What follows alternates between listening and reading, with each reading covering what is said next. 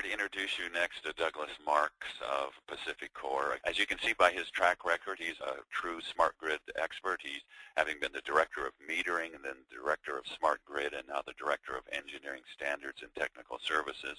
So we're very grateful that he's taken the time from a busy schedule to share some of his lessons learned with his peers from other utilities. So Douglas, thanks for taking the time, and over to you. Thanks, Jesse. Again, I'm Douglas Marx with PacifiCorp. Just an introductory slide, give you a little information about PacifiCorp and what we are and who we serve. I think the key thing is about a third of our generation resource comes from renewables, primarily wind. So we've been looking at smart grid quite a while, and just a reminder of what the vision of smart grid started out to be back during the Bush administration. They were looking to improve the reliability, security, and the efficiency of the systems to allow customers to get more energy at a lower cost. The next step was to look at the integration of renewables and distributed resources into the distribution systems to give us a greater diversity of resources, thus reducing the cost of generation for electricity. And the other thing was to provide the consumers with the control that they wanted to manage their electricity usage and thus their bills by getting the data directly from the utilities rather than relying on a once-a-month bill and a data form. So what are the drivers for smart grid? I mean, you've got three major components that we see that will drive smart grid in the future. We see that customers are looking for the benefit. They want improved reliability. They want to have the power there when they want it. They don't want outages. They don't even want momentary outages is what we're seeing. But they also want to have the control of their bill so they can control the costs of their energy. So adaptability depending on the customer.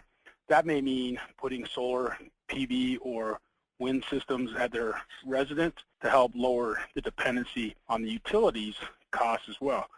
The operational concerns, as you start to see increased demand for energy just through population growth, but the expansion of automated processes and controls, we're starting to tax the system capacity. And what can we do to alleviate that impact through peak shifting strategies, through tariff strategies to help encourage customers to move data, time of use billing, etc.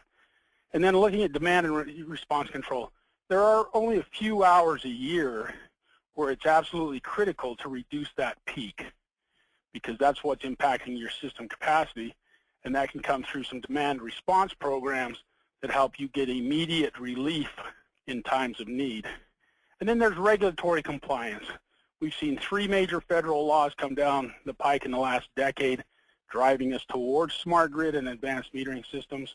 We also see local regulatory rules dependent on the nature of the state or the local body on what they want to see. Do they want to see more solar energy? Do they want to see more wind energy? Are they okay with low-cost carbon-based fuel systems? So all of these become the drivers for the smart grid that we're looking at PacifiCorp to say, what are we doing today and what are we doing in the future? So we have looked at an entire smart grid system to blanket the entire corporation. And as I mentioned, we serve 6 states. We have 6 regulatory bodies, all interested in different outcomes at the end of the day. So as we start to look at niche applications and how do we integrate these into the system, we found a few that actually show some benefit to us immediate that we've done first either as a pilot program or we've done it system-wide. First one we started a decade ago was an air conditioning recycling program where customers had the ability to sign up to join this program. It gave us the ability during times of peak need in the summer that we could start cycling their air conditioners to help alleviate the stress on the system at times of peak demand. We also have a large group of irrigation customers, which we did the same thing to basically say, let us compensate you for allowing us to control the pumping loads at different times in the afternoon and evenings to give us the system relief we need. Other key things we've looked at and we've integrated a dynamic line rating program on a couple of our transmission lines on critical transmission pathways where the conductor itself became the limiting factor on the flow of electricity through our system.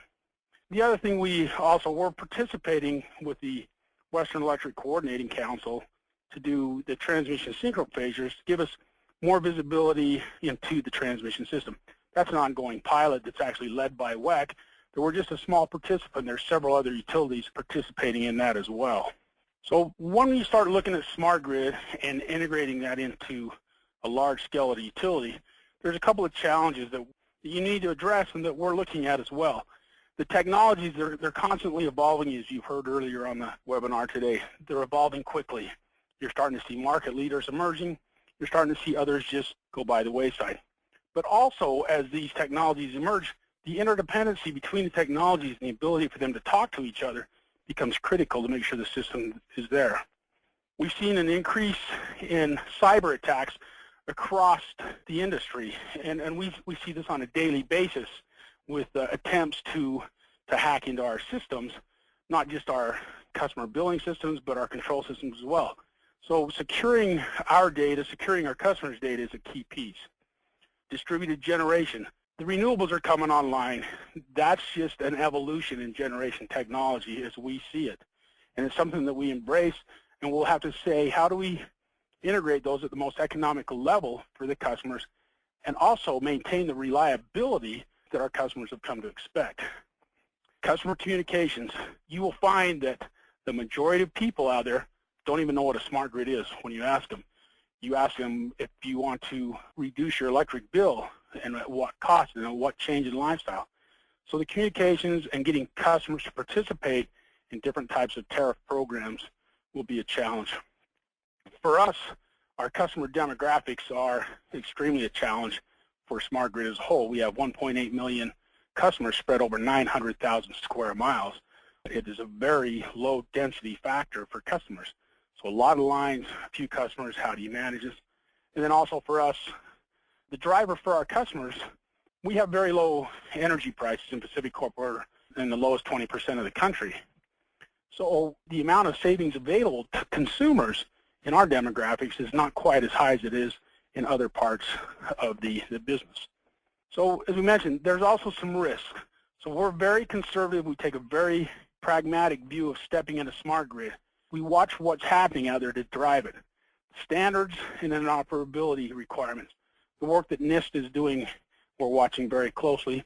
We're trying to second guess what's the next step in the evolution of the technologies, particularly in the communications medium. What's going to handle the best needs for us today and in the future? We know legislative and regulatory changes can change with an election cycle. You can go from a pro-coal to a pro-green legislative environment. You can go to changes in how your billings are supposed to be looked from voluntary to mandatory different programs. Those are risks that you have to look at. And then as we mentioned earlier, just the cyber attacks on your system. And then third-party systems have become interfering technologies with delivering consumers loads. And mostly we're talking about in-home or in-business technologies that may interfere with the communications and the operability of your system to serve that one particular customer. So when you talk about future-proofing your system, what are we doing to prepare for the future? We are looking at our master plan all the way from our substation design to our distribution planning, the communications. How are we designing those so that they are ready at the time we decide to move into the full smart grid world? We have been working for the last few years looking at all of our material specifications and our standards to review those and then update those with protocols that can make it easy. For example, it's simple to put on a capacitor control or a regulator control to put the option in there for a communications plug-in module. A little bit of a risk when you ask about what's that interface going to look like. You know, can it be as simple as a USB port, or are you going to be something more involved? And then we want to leverage our existing investments. As we said, we are looking at niche technologies out there. We are experimenting with small pilots for faulted circuit indicators, for transmission lines, etc. You have to look at all these bits and pieces and bring those together. But as you update your standards to say, let's spend a little bit of money now to save us a lot of money in the future as we integrate these technologies, I think that's a good investment. Thank you, Douglas. You're listening to a Smart Grid News webinar on the topic of how to future-proof your utility. And we just heard from Douglas Marx of PacifiCorp.